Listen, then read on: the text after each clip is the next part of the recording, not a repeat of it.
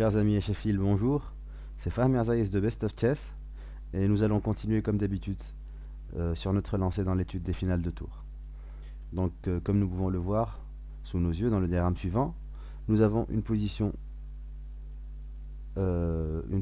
finale très classique, une position très étudiée.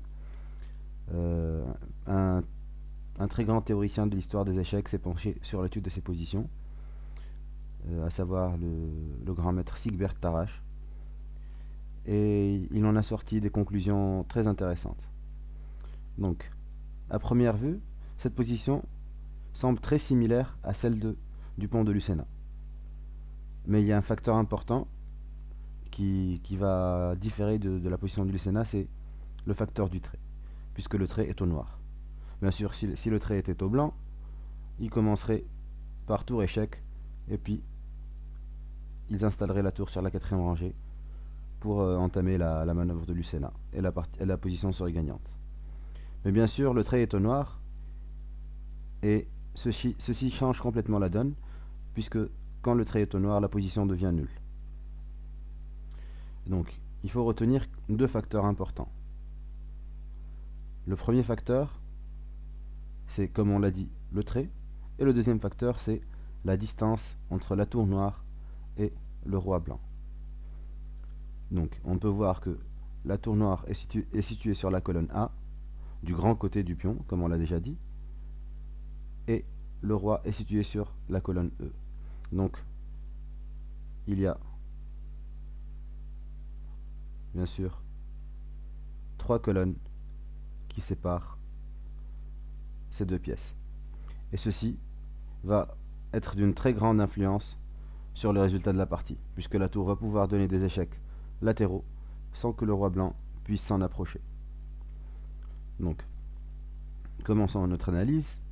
Bien sûr, les noirs vont profiter de leur avantage du trait en jouant tour A8 échecs. Bien sûr, tout autre coup conduirait à la position de Lucena, qui serait gagnante pour les blancs. Donc sur tour A8 échecs, les blancs jouent roi D7.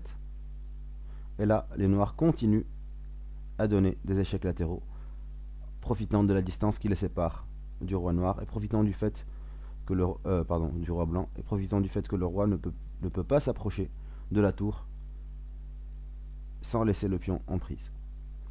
Donc tour A7 échec, roi D6, et on continue à donner les échecs. Tour A6 échec, roi D5, tour A5 échec. Et si le roi blanc s'éloigne du pion, on va directement jouer le coup tour E6 et on fait nul. Il faut juste noter une petite subtilité très intéressante dans la position, c'est que si les noirs ne font pas échec dans cette position et retournent sur la... Pardon, dans cette position après tour A6 échec, si les noirs jouent le coup tour A8 et ne font pas échec sur la sixième rangée, la position devient tout de suite perdante, comme on l'a vu dans l'exemple qu'on a déjà étudié par le coup tour A2. Bien sûr, un gain de tempo sur la tour noire, et on peut voir que la tour manque de cases et manque d'espace. Bien sûr, les coups comme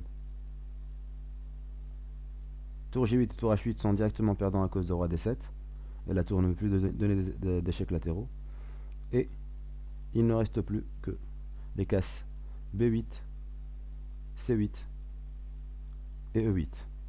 Bien sûr, sur la case E8, on joue directement roi E7, et sur roi F7, on donne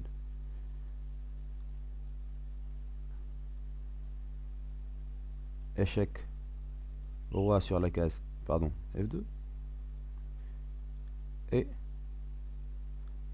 sur les coups tour B8 et tour C8, on va gagner un tempo avec le roi. Sur tour B8 par exemple, on fait roi D7, et on voit que la tour ne dispose plus d'aucun coup sur le grand côté et va devoir jouer tour E8.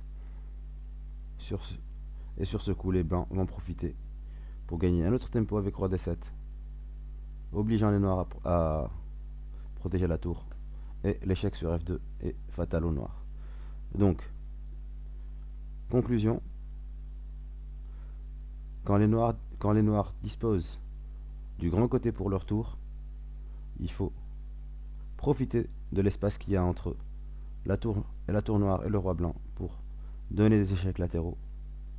Et on arrête de donner les échecs seulement quand le roi blanc s'éloigne et ne peut plus protéger le pion pour aller directement attaquer le pion et le capturer.